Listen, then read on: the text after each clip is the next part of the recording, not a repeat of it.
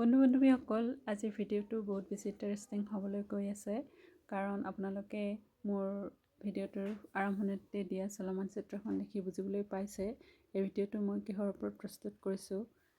বলক তেন্তে হ'লে আমি পলম নকৰি অলপমান আগুৱাই যাওঁ। এয়া নামঘৰত ফাকুৱা লাগি গ'ল, দেখিবলৈ পাইছে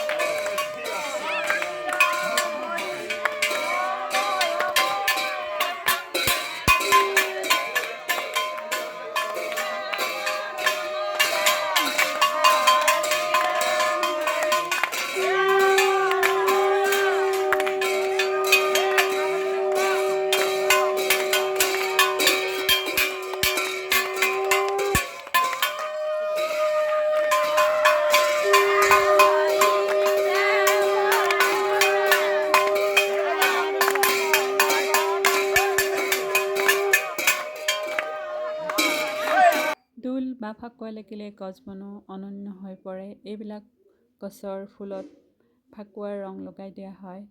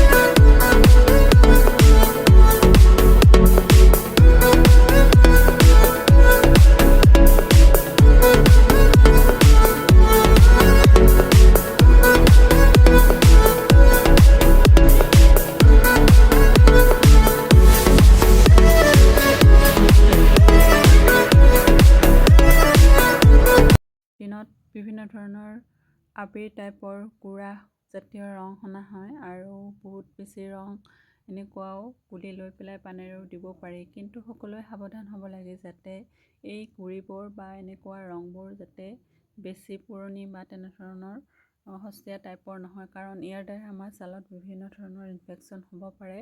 আৰু আমি হোলীৰ আনন্দত যাতে কোনো ধৰণৰ ছালৰ বা বিভিন্ন ধৰণৰ তেনেধৰণৰ ৰোগ চপাই নলওঁ, সেই কথাত গুৰুত্ব দিব লাগে।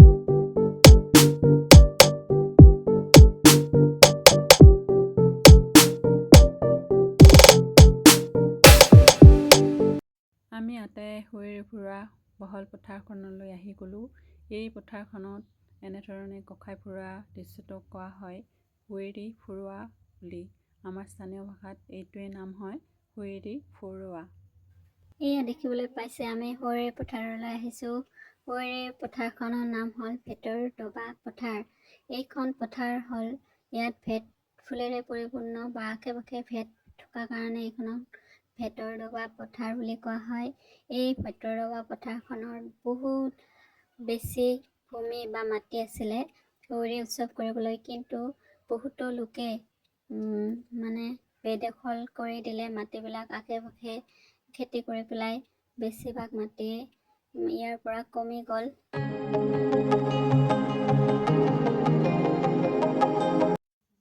নতুনকৈ বিয়া হোৱা দৰা কইনা এই হোলীৰ উৎসৱলৈ আহে, কিন্তু আজি তেনেধৰণৰ নতুন দৰা কইনা দেখিবলৈ নাপালোঁ। কাৰণ আজিৰ হোলীৰ ফুৰোৱা দিনটোত অনেককেইখন বিবাহ আছে।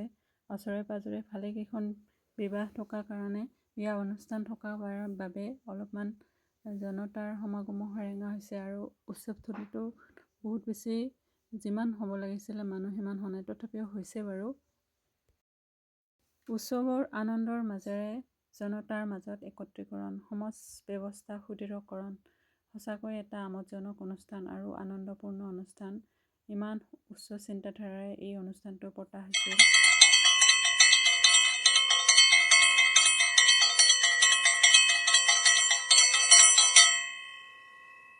সৰুতে যেতিয়া এনেধৰণৰ হোলীৰ উৎসৱ চাবলৈ গৈছিলোঁ বা ফাকুৱাত আনন্দ কৰিছিলোঁ, তেতিয়া একোৱে ভবা নাছিলোঁ। কিন্তু এতিয়া বুজিবলৈ পাৰিছোঁ এই অনুষ্ঠানবিলাকৰ মহত্ব কিমান বেছি উচ্চ।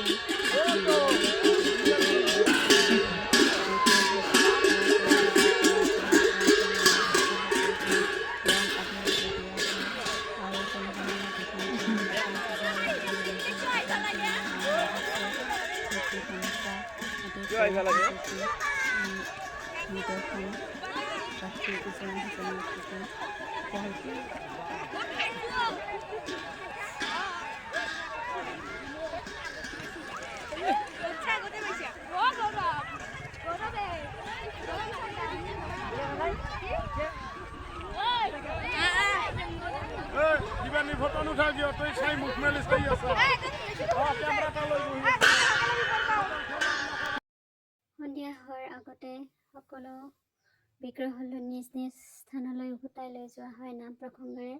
আৰু প্ৰসংগেৰে বিগ্ৰহ মন্দিৰ সোমোৱাৰ আগতে বাঁহ ভঙাৰ দৃশ্য দেখা যায়।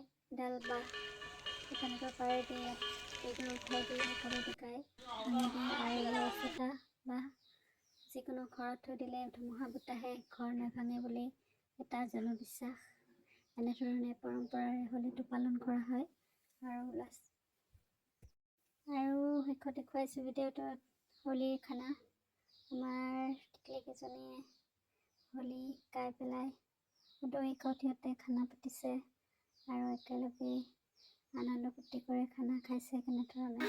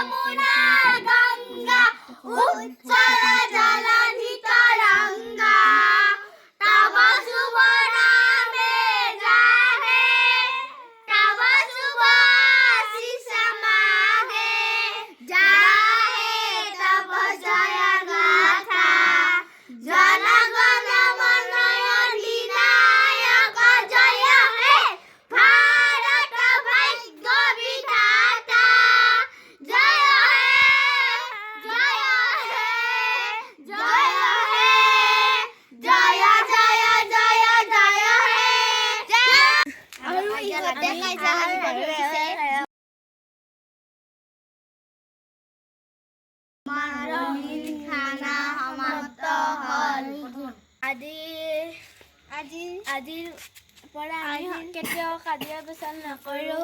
আমি সকলোৱে মিলা প্ৰীতিত থাকিম আৰু